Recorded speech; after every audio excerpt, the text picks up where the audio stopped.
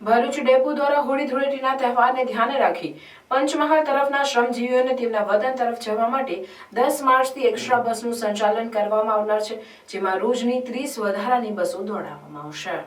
ગુજરાતના પંચમહાલ, દાહોદ સહિતના પંથકમાં હોળીનો તહેવારનું ખૂબ મહત્વ હોય છે, જેથી અલગ અલગ શહેરમાં કામ કરવા ગયેલા શ્રમિકો હોળીનો તહેવાર પોતાના વતનમાં જ કરતા હશે।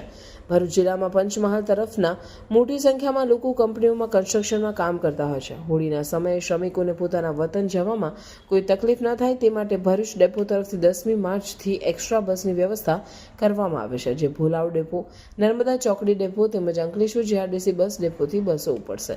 એસટી વિભાગના વિશાલ છત્રીવાલાએ આ અંગે માહિતી આપતા જણાવ્યું હતું કે ગત વર્ષે 78 એક્સ્ટ્રા બસ દ્વારા 11 લાખ રૂપિયાની આવક થઈ હતી। તે જોતા આ વખતે વધુ બસની ફાળવણી કરી રોજ 30 બસ દોડાવવામાં આવનાર છે।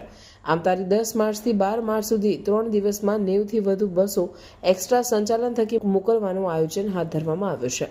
તેમજ શ્રમયોગીઓને વતન જવા અર્થે આખી બસની માંગણી કરીથી એસટી આપના દ્વારા સૂત્ર હેઠળ તેઓના કામ કરવાના સ્થળથી બસની સુવિધા ઉપલબ્ધ કરવામાં આવશે, જેથી તેઓ પોતાના વતન સરળતાથી પહોંચી શકશે, જે માટે તેઓ ડેપોના ડેપો મેનેજર તેમજ સુપરવાઇઝરનો સંપર્ક કરી બસની માંગણી કરી શકશે।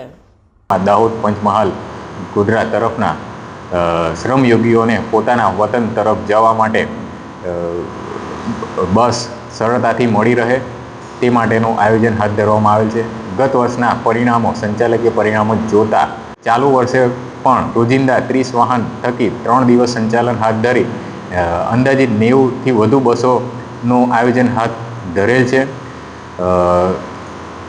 એસટીના સૂત્ર એસટી આપના દ્વારે હેઠળ જો શ્રમયોગીઓ તરફથી કે તેઓના કોન્ટ્રાક્ટર તરફથી આખી બસના મુસાફરો હશે અને તેઓ તેમના સ્થળ ઉપર બસની માંગણી કરશે તો તે પણ અત્રેથી તેઓને આપવામાં આવશે, જેથી કરી શ્રમયોગીઓ પોતાના કામ કરવાના સ્થળેથી વતન સુધી એકદમ સરળતાથી તેવું આયોજન ભરૂચ વિભાગ દ્વારા હાથ ધરવામાં આવેલ છે।